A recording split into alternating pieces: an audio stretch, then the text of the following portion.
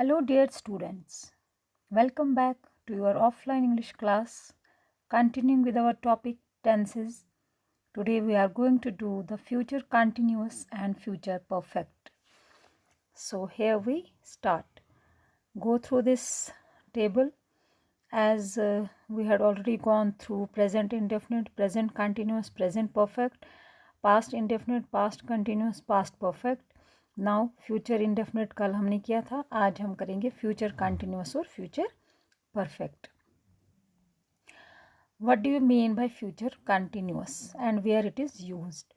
The future continuous is used to express an action going on at some point in future time.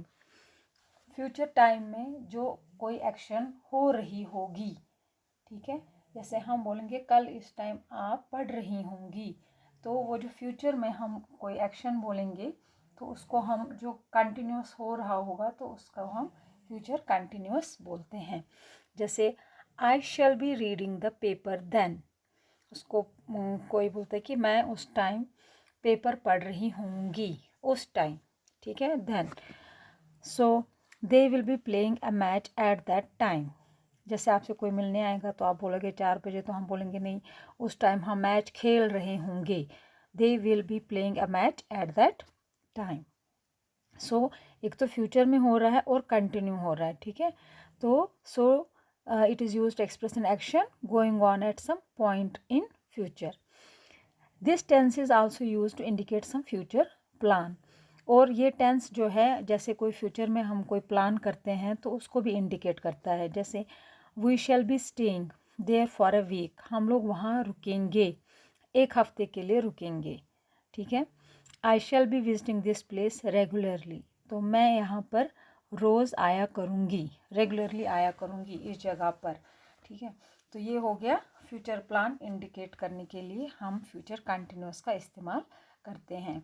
तो future continuous का structure आपको पता है, shall और will be plus verb का first form and then ING. Okay, so एक note दिया गया है यहाँ पर.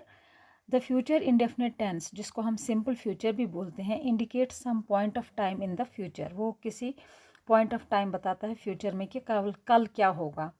तो फ्यूचर कंटिन्यूस टेंस होता है progressive future. It indicates some period of time in the future, कोई भी टाइम फ्यूचर में. जैसे कोई भी टाइम होता है कंटिन्यू हो रहा है, मतलब हफ्ते, अगले हफ्ते, 3 हफ्तों के लिए, ठीक है, जो हम प्लान करते हैं फ्यूचर के लिए.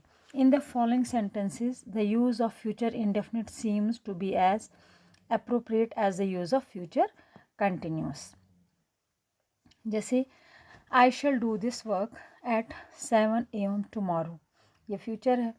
I shall be doing this work at 7 AM tomorrow. But note the difference in the meaning of these two sentences. I shall do this work at 7 AM tomorrow. मैं ये काम 7 बजे करूँगी, उससे पहले नहीं करूँगी और ना उसके बाद करूँगी. I shall be doing this work at 7 AM tomorrow.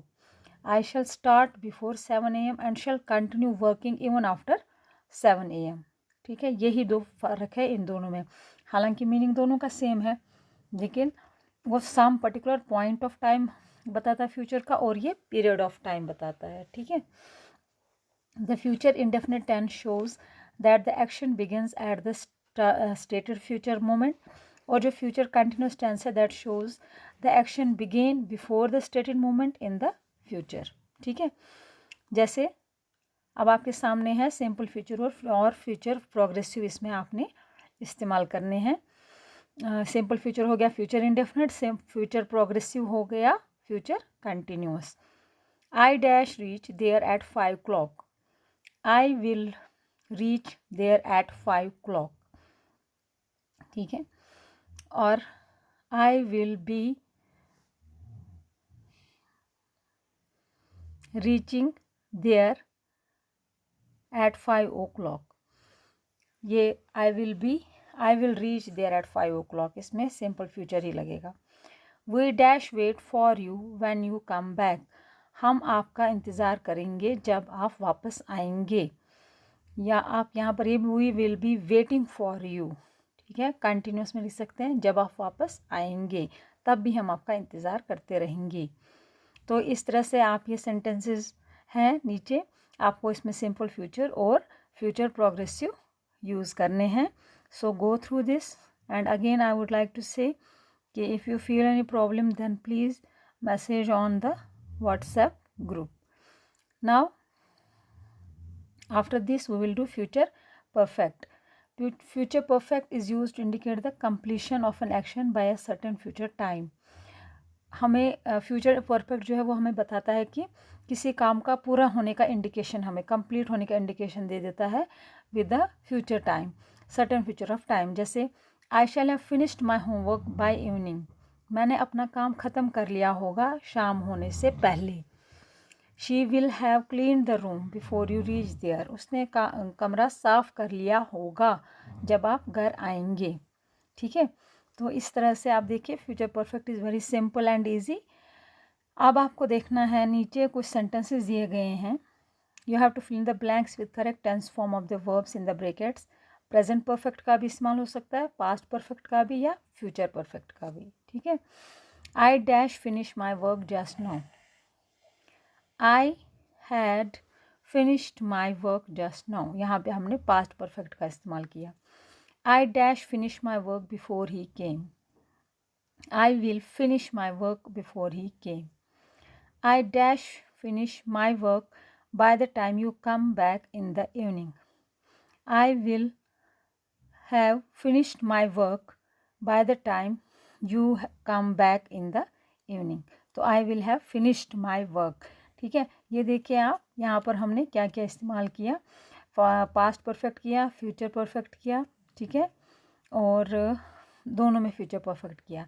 सो इसी तरह आप नीचे भी सेंटेंसेस है, try to yourself and try to solve them and try to learn them, go through them and solve them. Again if you can't do this then message me on the WhatsApp ग्रुप। ठीक है, so continuing with our future perfect के बाद अब हमारे रह गए हैं continuous, past, present continuous, present perfect continuous, past perfect continuous and future perfect continuous. So we will do it tomorrow. Till then, take care, stay home, stay safe.